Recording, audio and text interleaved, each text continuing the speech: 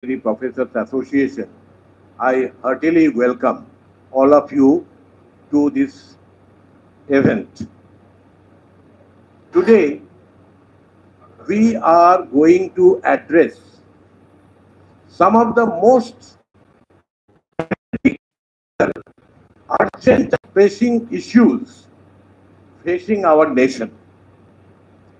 Dr. Parakala, who is our chief guest here today, through his writings, broadcasts, publications, and the most celebrated book, The Crooked Timber of the Republic, has brought attention to many of these issues. And joining him today are some of the most respected public intellectuals of Bengal. We have Professor Bratto Bosu, who is very well known in the country for his manifold contribution to various creative aspects and activities, and including in his new avatar as a film producer. There are many films he has produced, and then there's one most popular as a director. And we have our respected Mr. Johar Sarkar, who has served the highest echelons of the administration of the as well as continues to enrich the debate and deliberations proceedings of the upper house of the Indian Parliament. We also have the leading light of the Educationist Forum, very respected Professor Devnarayan Bandyopadhyay, former Vice Chancellor of Bankura University, with us. We are going to commence the program, but before we do so, may I request Dr. Tilottama Mukherjee of the University of Kolkata to come and felicitate Dr. Prabhakar Parakala.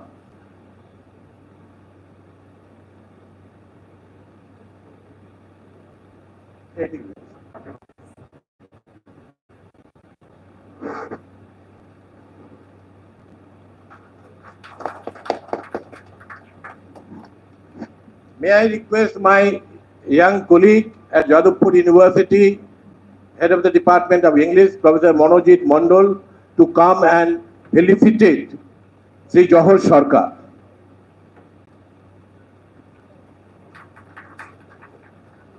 May I request Dr. Rajesh Das, who heads the Mass Communication Department at Burdwan University, to felicitate Professor Bratto Bosu.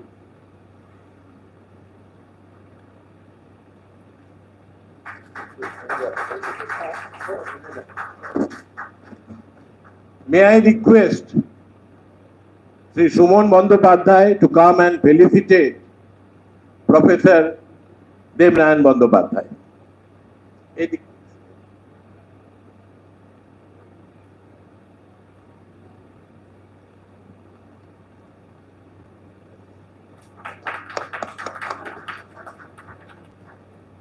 Now, we are going to have a very interesting and passionate 1 hour of discussion.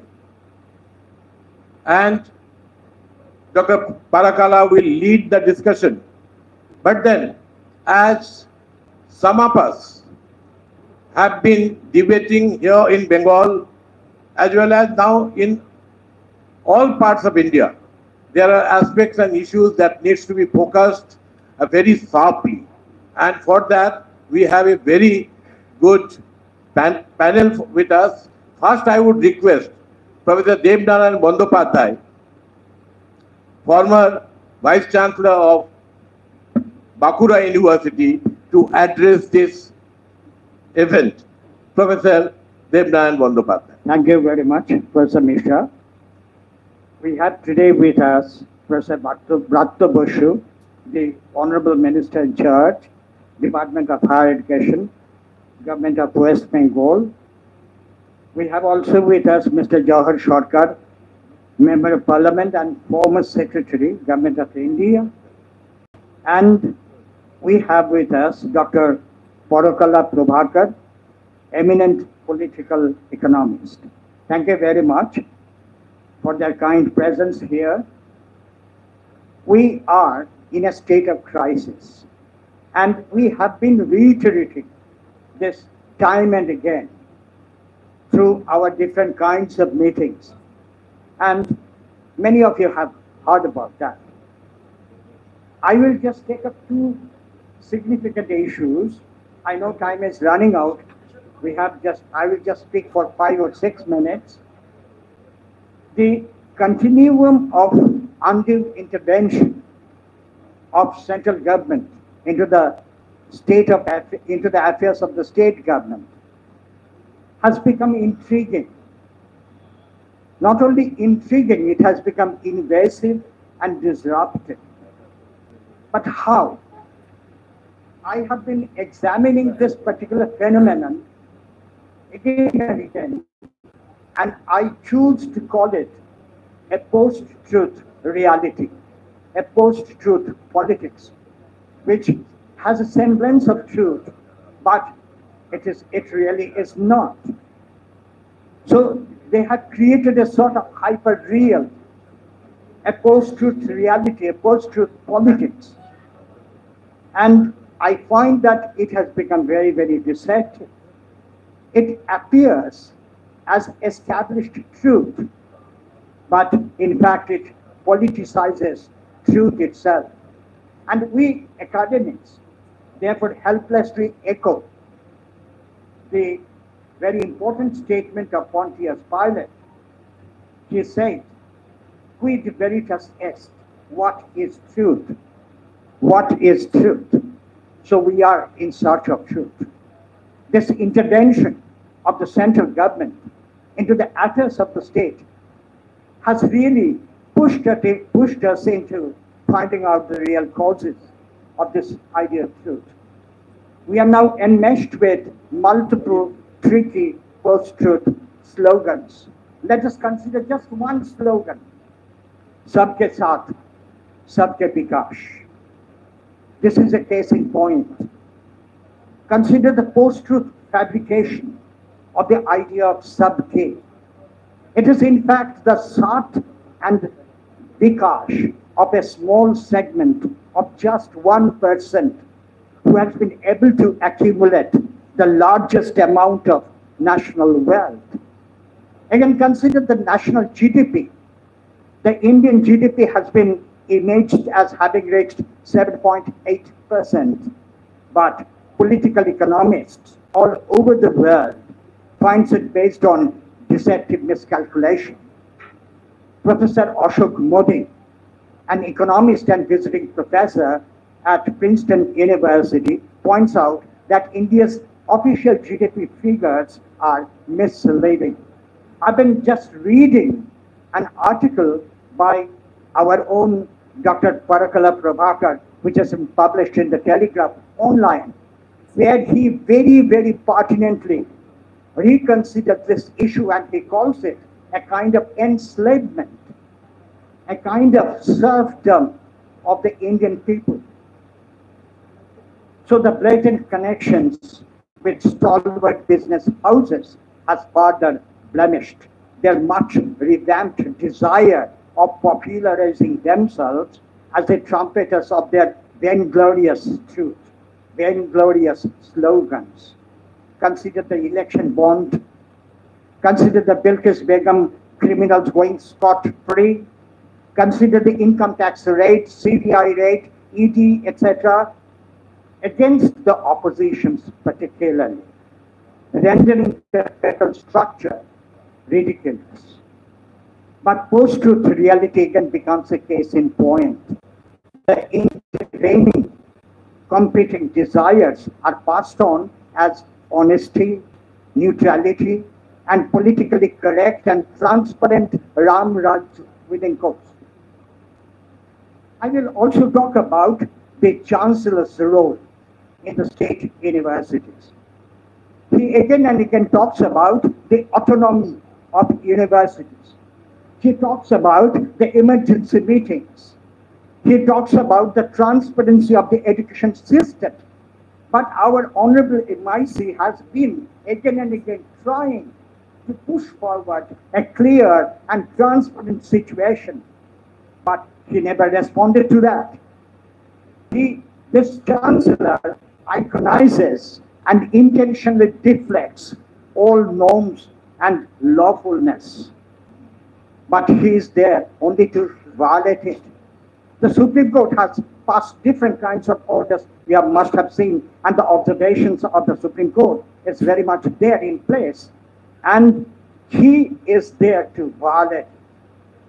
But the Chancellor, blaring the tropes of autonomy, transparency, etc., should not be taken lightly. It should not be taken lightly. Again and again, we have said that in such meetings. In fact, this curbs a profound desire to further take law in his own hands. So we should be debating all of these. And I don't want to repeat these points again and again because it has been already, discussed in our meetings. I would conclude with a realization of my own. A post-truth consortium has been established by the central government as well as the chancellor of the state universities. We should therefore raise our voices in defense of righteousness and legitimacy. Thank you very much. Thank you, Professor Bandyopadhyay, for your enlightened and very powerful defense of the constitutional system that we have maintained, developed and nourished over the decades, and the challenges that we are presently facing.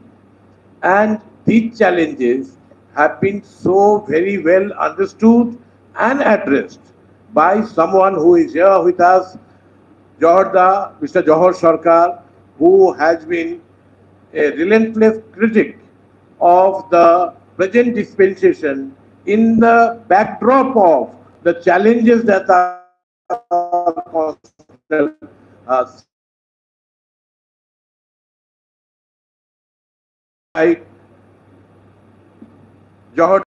Mr. Johar Sarkar to address briefly.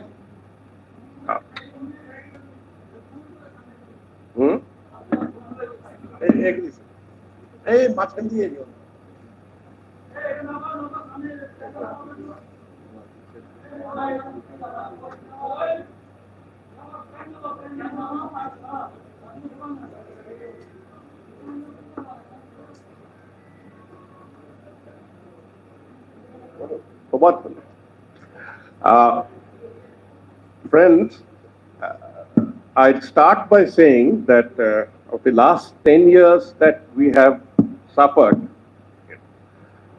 I have a special 2 years relationship as the head of the public broadcaster with Prime Minister Modi. So all of you may imagine a lot of things from outside, all of you may estimate a lot of things from outside. I had the privilege of understanding how bad the driver is.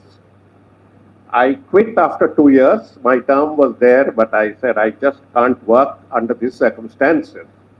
Because as head of the public media, I found a completely relentless campaign to capture the public mind and to put in tropes, to put in images, to put in facts, so-called facts. Now, I must say that I must congratulate Professor Prabhakar for bringing out very succinctly. Those who have not read his book, I would request you to please read it, because it has a wide collection of subjects, from education to media to economics, though he's an economist, but it focuses on a large spectrum of area where we are being misled. He has given the topic crooked timber. The entire thing is, now let me give the game up. On the 15th of June, 2019, quote unquote, 15th of June 2019, the 5th meeting of the Governing Council of Niti Aayog was concluded. Niti Aayog was concluded. We have those who've seen the Planning Commission function have a very poor opinion of this yes man body, but nevertheless, it's there. And Mr. Modi comes out and makes a statement which is carried by all the papers on the 15th of June 19th, that we are heading for a $5 trillion economy. As you know, every time you speak, the Bhakts, Andhbhakts, would pounce on you and say, we are the biggest, we are the greatest. Now, when would this $5 trillion economy come? He gave a specific year, like that 15 lakh rupees into your pocket, like 2 crore jobs. He's very specific when he lies. He gave a specific date, 24. Pardon me, ladies and gentlemen, I think we are in the middle of 24. And the size of the economy is $3.7 trillion. $3.7 trillion and $5 trillion is a lot of money. So there is one jumla that I present before you in writing, if you want. Professor Bandyopadhyay referred to Ashoka Modi, who has complemented, who has supplemented, who has buttressed many of the facts that Professor Prabhakar has also raised. And Professor Ashok Modi says that your calculation itself is wrong. He's from Princeton, and he says that the GDP growth of India itself is a gas bag. It's a gas bag because it is there on a very inflated parameter. According to him, the GDP growth as it stands now is less than 4%. Now, who is going to argue with Bucks? Try it. Now, what does GDP mean to you and me? It means the aggregate of wealth in a completely unequal society that has been repeatedly pointed out to be more unequal than in the British Raj.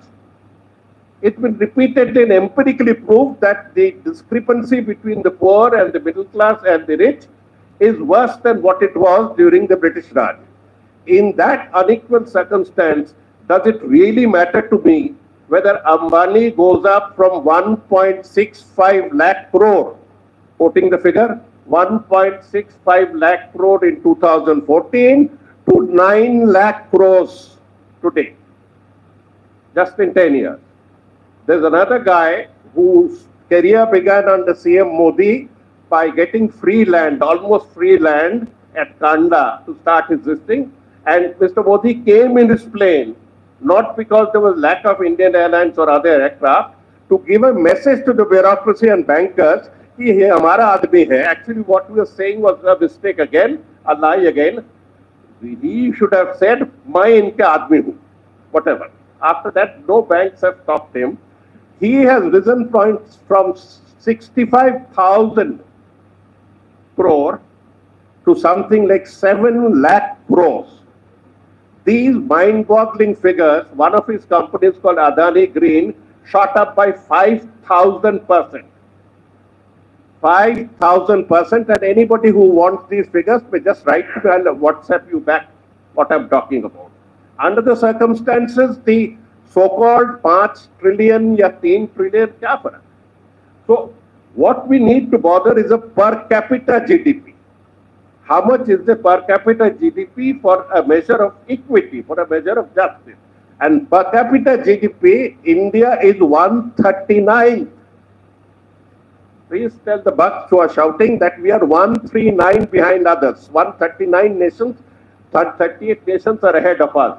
Our GDP stands at around $2,100, $2,100, and the US GDP is something like $76,000.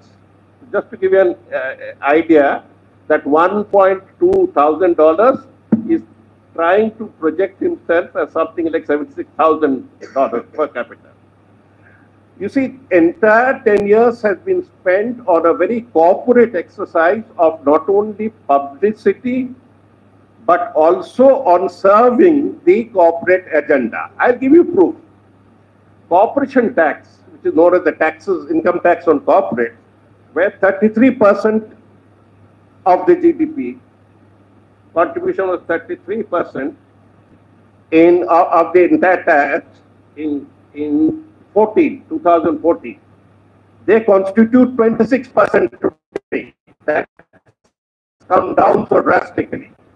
And yours and my tax, known as PIT, personal income tax, was 20% 10 years ago. We are contributing 28%.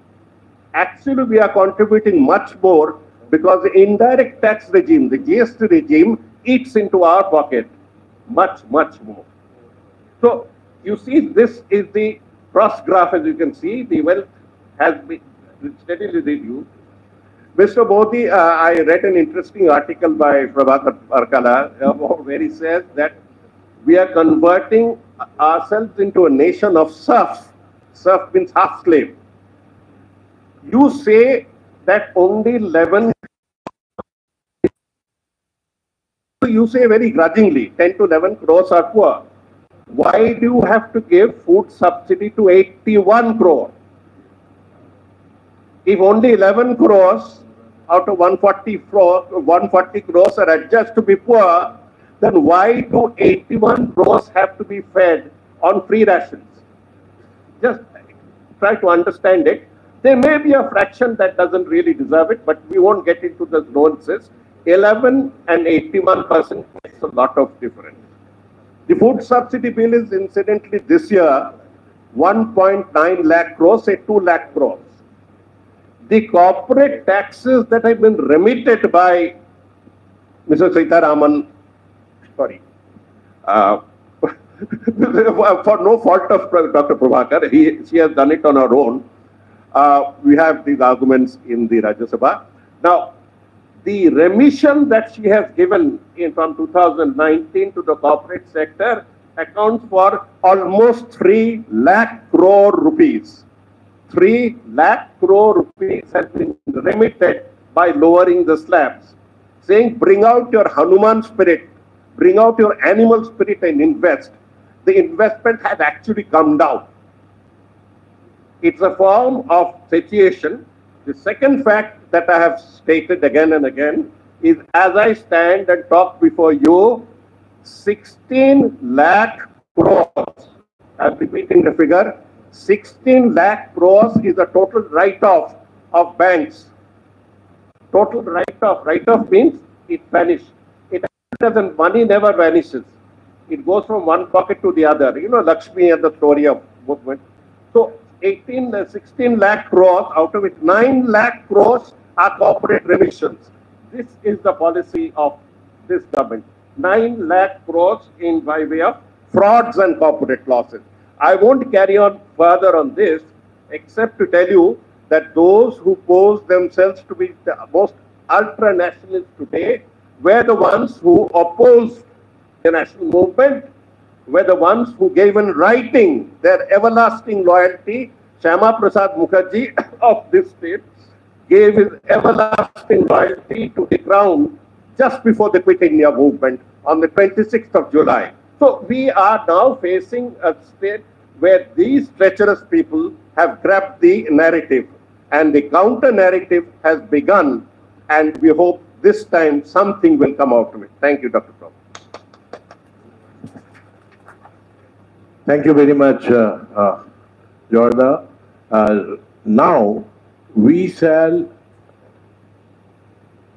organize the Kolkata launch of the Crooked Timber of New India by Dr. Parakala Prabhakar.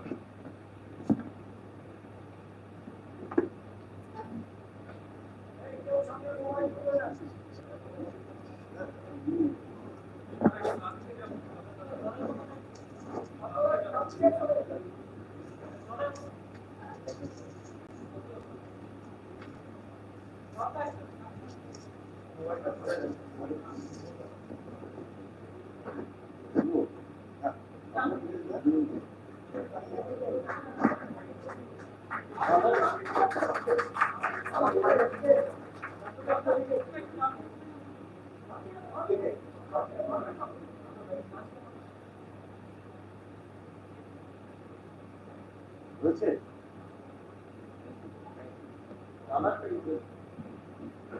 Thank you.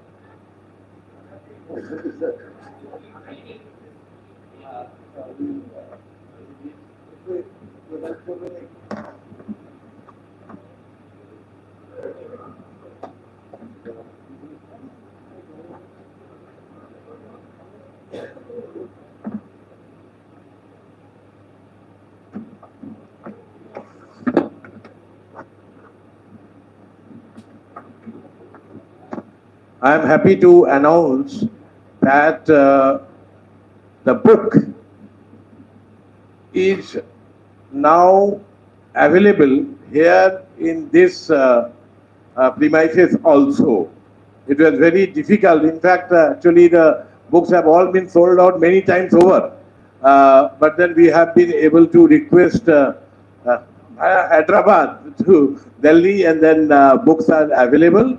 And it is very, very reasonably priced, 499, and they are giving some concession. Is available for 400 rupees.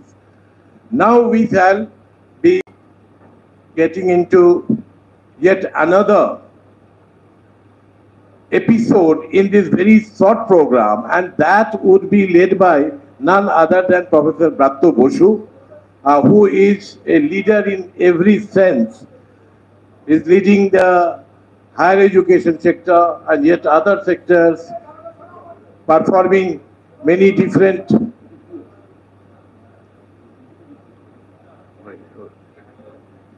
So, may I now request Professor Bratto Boshu to address this event. Thank you, Professor Om Prakash Misro. And as you see the galaxy in the dais, I am really fortunate that I can sit with them.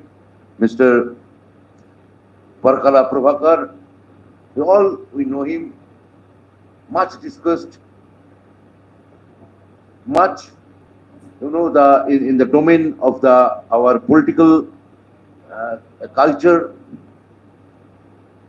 Professor Misra and my fellow party worker and member of parliament, Rajya Sabha, Jawhar Sarkar is here. Professor Devnaran Banerjee, former VC of Bankura. My fellow colleagues, they all are here from Educationist Forum, my fellow colleagues from OM Kupa, and all the journalists are here. Thank you to be here. And I am really fortunate that we can see the historical event, the book, The Crooked Timber of New India, the launching of this book. I am privileged to be here. And I must congratulate Educationist Forum and OM Kupa with a very short notice. They have arranged such a great thing in the city of joy, in the city of culture, in the city of everything.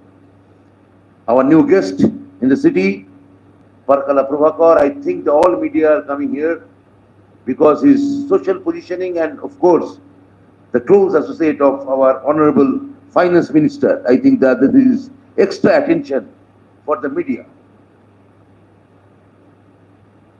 I must apologize to Mr. Parkala Prabhakar. I couldn't get time, as you know, this book, because we are in the midst of the heat of the election. We all are in the mood of campaigning. But when Om Prakash told me that Professor Misra, can you come? Then and there, when I heard Mr. Parkala's name, I said yes, of course I'll be there. Yesterday I came through very interesting writing, which actually Jorda was trying to say. Mr. Parkala said in one way in his writing yesterday, in very reputed paper in Calcutta.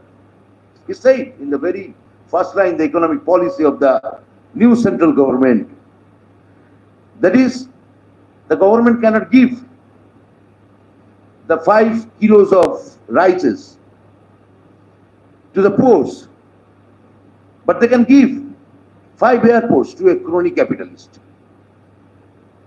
I think this thing, Mr. Parkala Prabhakar is trying to say since 4 or 5 years. I have seen almost his all interview in YouTube. know, the Parkala Prabhakar, I think he is banned in the Gaddi media. They are not taking any interview of Mr. Prabhakar in all Hindi heartland, Western India. I think I don't know about the South Indian media. I think he's banned. I don't know. Nobody are taking his an interview. Today I think there are a lot of media in the famous of representative are here. I think they will give the good coverage and they will prove. Still West Bengal is not in the list of the Goti media. I think, I hope. So how we analyze, I just couple of days back, from my own interest, I was watching his one interview with famous journalist, Mr. Karan Thapar in the Word YouTube, the Word channel, where he analyzed how this fascism, let it take it very simple way, he is trying to prove that Modi, our Honorable Prime Minister, is a fascist. Actually, his all writings and all talkings bottom line. We are in the middle of fascism. They are intervening in our local identity, regional identity, our food habits, our own culture, and everything. And I was astounded what atrocious thing he is mentioning about the atrocious work of this present government. He is mentioning. And why I was watching this? Because I, like any other persons, I give all hope after coming the Madhya Pradesh election, Rajasthan election, and Chhattisgarh election. He brought the new hope, Mr. Parkala Prabhakar. He has shown us in Rajasthan, in this interview, he has shown us in Rajasthan, BJP is saturated. He told the language saturation. In Gujarat, BJP is saturated. You already know, in 1998, BJP came in the power in Gujarat, and how our Prime Minister, and later on he became Chief Minister for the first time when he was not MLA. When he became Prime Minister, he was not even, before that he was not MP. And he has shown us how Hindi heartland, Rajasthan, Chhattisgarh, Madhya Pradesh, Uttar Pradesh, this regional thing are reacting with present government in very much within 1 or 2 months. We know how BJP came in the power in 1998 in Gujarat. The Patil Potidar reservation. And now Patil and Potidars, Mr. Parkala has shown us, now they are reacting about Gujarat government. Crowdfunding is going there. You know, all you know in Surat, the candidate Mukesh Dalal of BJP has won already. Because all candidates are withdrawing there. And this Congress candidate, I think his name is Ritesh Kumbani. He has been threatened. And now he is keep mum. He is uttered not a single language. Why he is withdrawing? Crowd fund is creating in the Gujarat, like Uttar Pradesh, and one term has used by Mr. Parkala Prabhakar, the bandwagon. The bandwagon thing, I think, that will chase BJP in coming election. When the seats will decrease in each state, that everything will, coming in this way. But we were not Jyotishi, or the fortune teller. But we can hope. Mr. Parkala is here, and I have seen this fascism is coming to us, imposing to us. It's the coming out of fear. The Mr. Ashok Wankhere, another famous YouTuber, he has shown us. He told a story when Mr. Prime Minister became first-time Chief Minister, and he converted his capital from Ahmedabad to Gandhinagar. In the midnight, he heard an attack. He came out. Mr. Wankar says it's the diary has been taken by Gandhinagar Thana. And Chief Minister is saying, "Bachao, bachao, gadi kholo, gadi kholo, gadi kholo, gadi start though." At midnight, Honorable Chief Minister is going to Ahmedabad. So all DG, SP, they were shattered. What is going on? Honorable Chief Minister is going to Ahmedabad. In the middle of the row, they stopped him. What is he doing? What are you doing, sir? No, there is a bomb attack in my home. Bomb attack in my home? Yeah.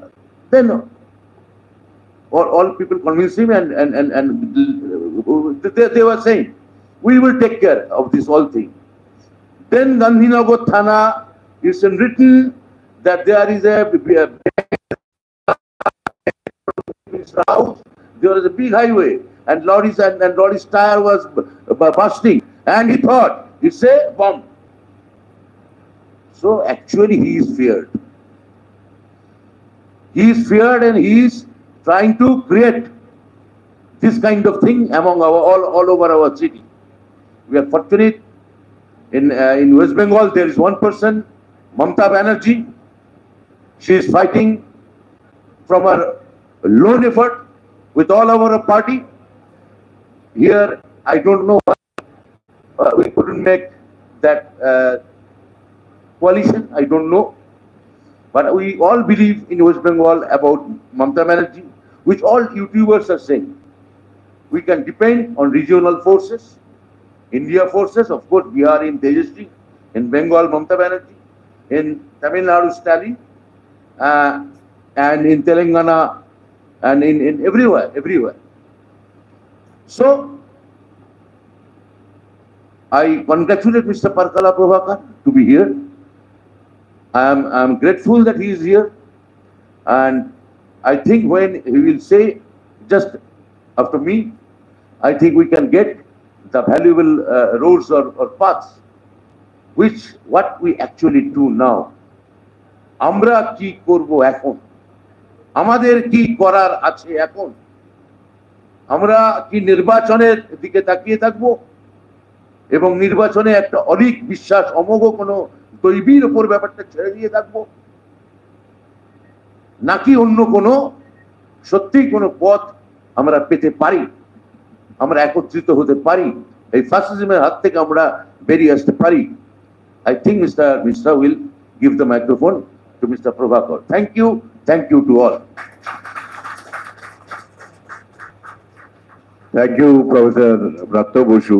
I do not know whether deliberately or inadvertently, Bratto Boshu has now coined a term. Were you referring to Godi media and said Gaddi media? That actually can become a good contribution. It's Godi. No, it is a Godi media. It is Godi media. Ravish Kumar has said. I am actually trying to appreciate that you have inadvertently contributed to a much more better description of Godi media by saying Gaddi media. Both of these are complementary. Secondly, you are referring to bomb. A Congress candidate in Madhya Pradesh whose surname is Bomb, he has actually been forced or persuaded or bribed to withdraw his nomination. We know what happened in Surat and in Madhya Pradesh and in Khajuraho and so on. Thirdly, you are referring to our Prime Minister and about his plans. I can just give you a small story. When he was the Chief Minister, Sri Sharad Pawar was leading a delegation Indian delegation to Israel.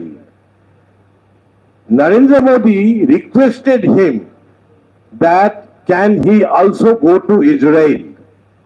So Sharad Pawar spoke to Dr. Manmohan Singh, and Manmohan Singh said it is not a bad idea if an opposition ruled state's chief minister also is part of India's delegation. So Narendra Modi became part of the India's delegation. You know what happened? After the delegation needed to come back, Narendra Modi would not come back. He requested that he let him stay for 7-8 days. Sharad Pawar said that this is not done. It's not protocol. Unbelievable. Israel government requested India government to allow Narendra Modi to stay back in Israel for few more days. And he stayed. And you know today, India's relations, business with Israel is 1,000 times more than it was during Manmohan Singh's time. You can draw your own analogy. Now, our chief guest, our star speaker, who is in fact traversing the length of India, and it was so very difficult for us to actually fix up his program, despite his interest and willingness, because he is now sought after everywhere.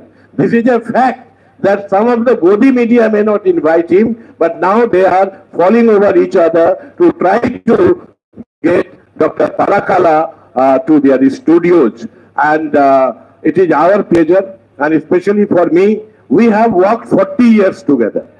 In JNU, we were together, and we are very glad to invite Dr. Parakala. Please sit here, and so that you want to stand up and speak. All right, but come here. আচ্ছা, আপনাদের একটা কথা, এরপর যদি আপনারা যদি প্রশ্ন করেন নিশ্চয়ই করবেন, এক এক করে কোন মিডিয়া একটু বলে নিয়ে তারপর করবেন। ধন্যবাদ সবাই।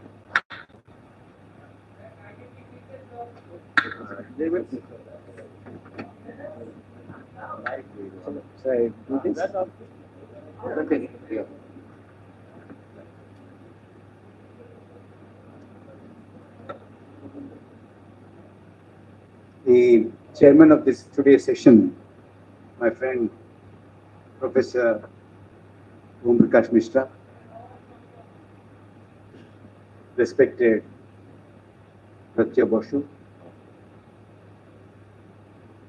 Professor Devnarayan Bandyopadhyay, Shri Jawahar Sarkar, and my dear friends. I am really overwhelmed. It is such a huge honor, sir, for all of you to be here and do the Kolkata launch of the Crooked Timber of New India. I asked Professor Mishra that would there be a small Q&A after whatever I speak to you. He very kindly said, yes, there will be a brief question-answer session. The reason why I asked him is that I am not very fond of a Man Ki Baat kind of a dialogue. I want a conversation. Thank you very much, Professor Mishra, for giving this opportunity. You know, we are in a new India. And new India, as Sri Sarkar had said, and Professor Bhatia Basu had said, and Professor Bandyopadhyay had said, has very distinct features. I will narrate a few of them to you. One, you know, it was not very easy for me to publish this book. Initially, In 2023, when I wrote this book, I consulted a few publishers. Initially, they were very enthusiastic. They asked me to send some samples. I sent some samples. After they received the samples, they were quiet. Quiet. There was no response. After repeated mails, almost after about a month and a half or so, they mailed me saying, "Sir, are you in a hurry?" I said, "I'm not in a hurry." "Can you wait?" I said, "I can wait. But how long do you want me to wait?" They said, "Can you wait until 2024 June?" That is when I realized State Bank of India has no original thoughts. They have also adopted the same thing. They wanted to disclose the electoral bonds details after June 30th, 2024. So this was there in the minds of so many people. However, one publication came forward and they have done it. Now it is in different languages. Rights have been sold to Tamil, Telugu, Kannada, Malayalam, Gujarati, Hindi. I think somebody has taken in Punjabi. Things are happening. The point that I'm trying to make is, in New India, it is very difficult to be critical of the government. Government doesn't want you to be critical. They want you to buy whatever data that they put out, whatever argument that they put out, whatever narrative that they put out. The second thing is that in New India, it's very peculiar that organizations, platforms, individuals who had nothing at all to do with the long-drawn freedom movement of this country claim that they are patriot, that they are Deshbhakt. And not only that, claiming is all right, but they are marketing themselves as patriots. Not only that they are marketing, but there are so many people that I come across, intelligent people, educated people, they tell me, Parkala, whatever it is, they might be inefficient, there might be corruption here and there, but they are patriots. You know, some people are there to believe that these people are patriots. This is New India. The other thing is that New India has so much of inequality that 1% of our population, the top 1% of the population, corners 22% of the national income. And top 1% of our population holds 40% of its wealth. This is another characteristic of New India. There is one more characteristic of New India. That is, it has one of the largest, highest youth unemployment rate in the world. Is 24%. A small country, our neighboring country, Bangladesh, has only half of it, that is just 12%. And we are in the company of countries like Iran, Yemen, Lebanon, countries like that. They are not fastest growing economies in the world. They are not the fifth largest economies in the world. But still, we are in their company. As Jawahar had said, we are 139 or 140 in per capita income. There's one more interesting feature of New India. That is, the government claims that we are now the fifth largest economy in the world, and we have become fifth largest economy after overtaking Great Britain. You must have heard about this. No, after I heard this claim, Professor Bandyopadhyay, I had a couple of questions. Question number one. United Kingdom is a developed country, isn't it?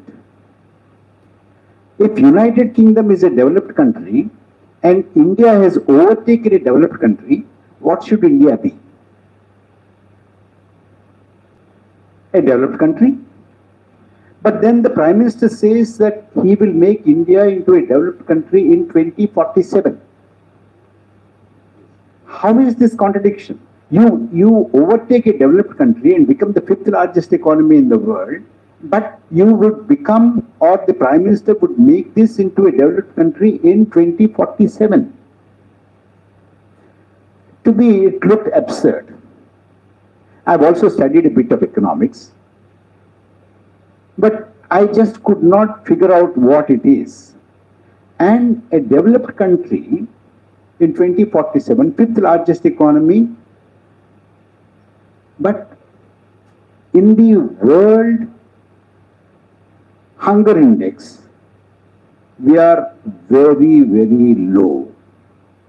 But the government, the ministers, the ruling party, spokespersons, and the ruling party leaders say that the World Hunger Index is a hoax.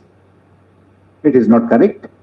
It is an anti-India campaign by the Western institutions and international organizations. But on the one hand, they say there is no hunger. On the other hand, they give free 5 kilos of food grains ration to 81 crore people. And the government decides to give 81 crore people free ration for the next 5 years. So you are in the government. Normally, what do governments do? You are in the government, yes. But you see, normally what governments do, if there is a problem, the governments would say, let us announce a scheme and review it after 1 year. Normally, that's how it is done, isn't it? If they have announced it for 81 crores, after 1 year, do 81 crore people need it? If they've announced 5 kilos of ration, do they need 5 kilos or more or less? This is a review. This is a normal process in any government. After that, they will adjust it. But this Prime Minister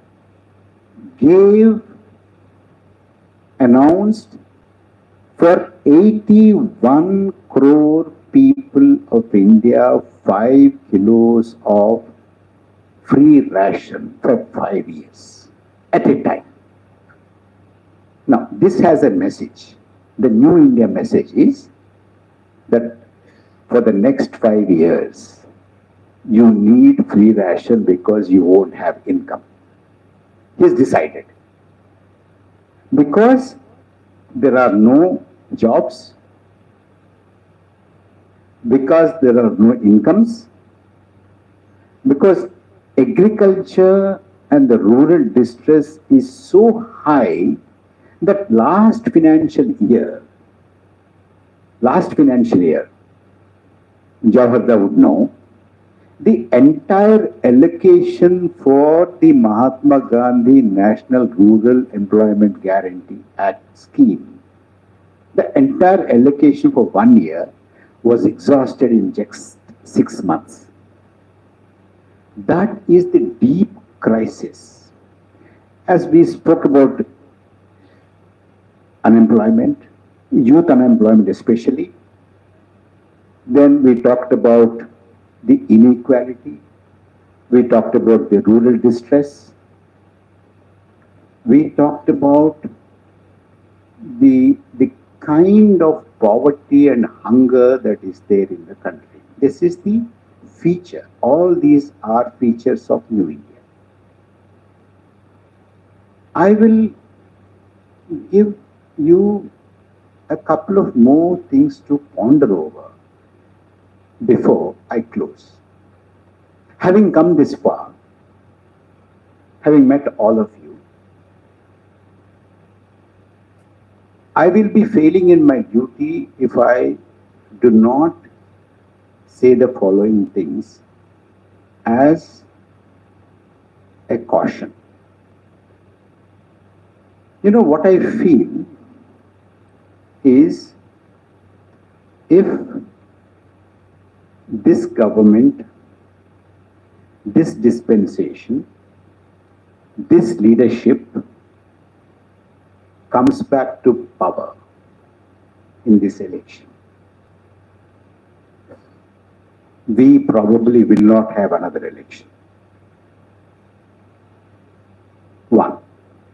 Secondly, if this government comes back to power, if this leadership comes back to power, if this dispensation is re-elected, you know, you hear all these dog whistles. Usko maro, usko pito, इसको बाहर कर दो,